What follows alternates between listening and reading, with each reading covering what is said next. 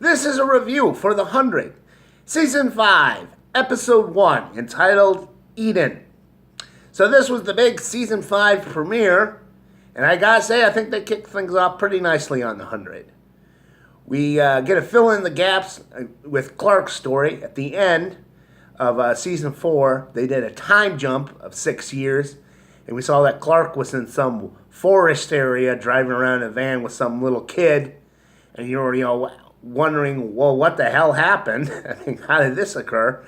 And in this episode, they flash back to about a month after the big firestorm that had consumed the Earth once again. And we see that, Clark, she got out of that bunker, and because she's got the night blood in her, she wasn't affected by the radiation. So she just kind of mills around the place. She leaves Allie's Island, which is no longer an island because all the water evaporated. Takes off to Polis, finds the place is, buried under some rocks. She tries to clear that up, but that causes a cave-in because, the bunker was underneath this building. Part of the building was still standing. When Clark starts moving rocks around, the building collapses in, creating a bigger pile. Which, one of the things when I was watching it, it's just like, Clark, what did they say? Like 4 or 5 years they would have to wait anyway? You could have taken your time with it, girl. But she wanted to get there and just start clearing rocks after a month after the whole fire thing was done. And, she made it worse. So then she leaves there. She goes to the Ark. Well, not the Ark, but the camp that they had made for one of the stations.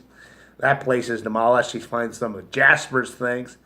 And she just kind of takes off further down the road. We see her get stranded in this desert.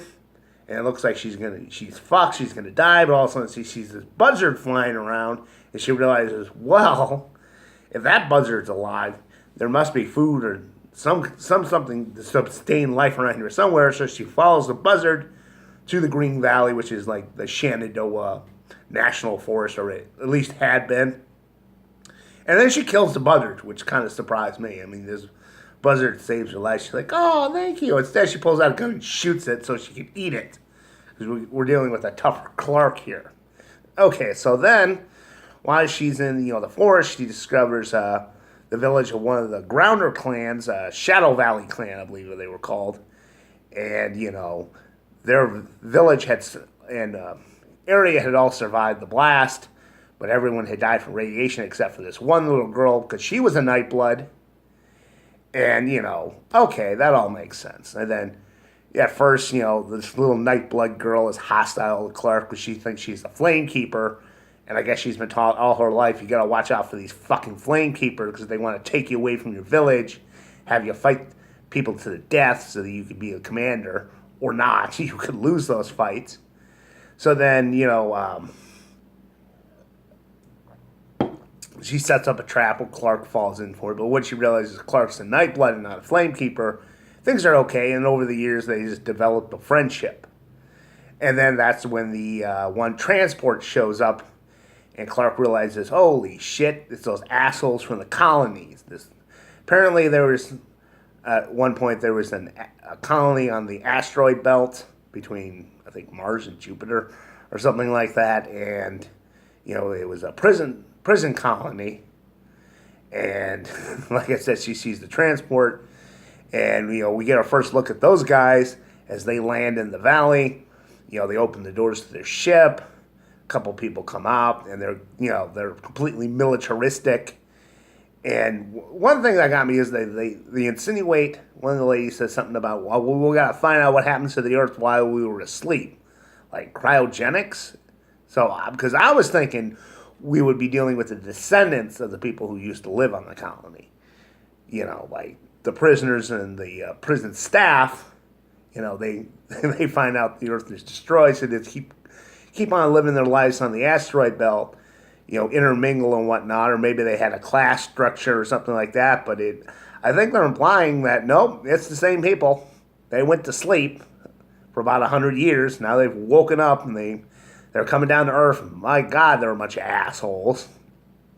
One of them tries to kill the little Nightblood girl, and, they get in a fight with Clark, and Clark and the Nightblood girl kill 2 of their people.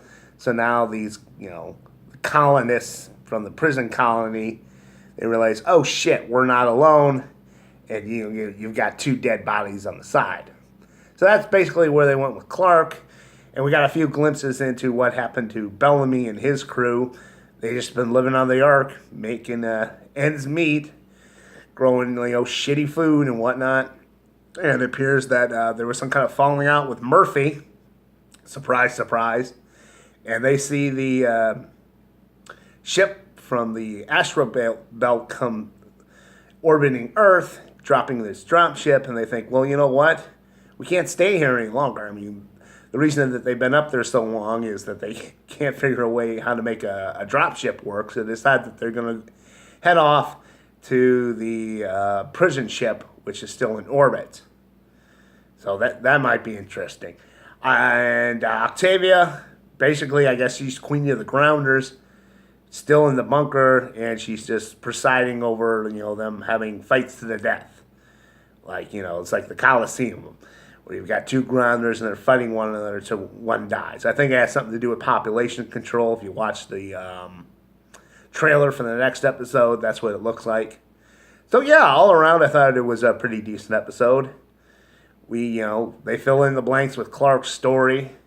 They give you an idea what's going on with Octavian. They give you an idea what's going on with Bellamy and his people. And we get introduced to the new characters, who I'm just going to call the colonists for now, until the show gives them a name.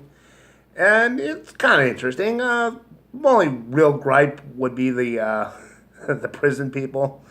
Like I said, so they're just the same people who were there 100 years ago.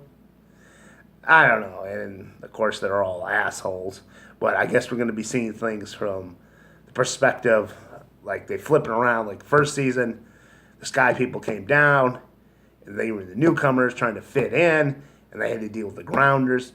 Now they're going to be the grounders themselves, and these new colonist people are going to be the new Sky people, and it's just like the first season, but in reverse. So we'll see how that works out. Yep, and that's all I had for that episode.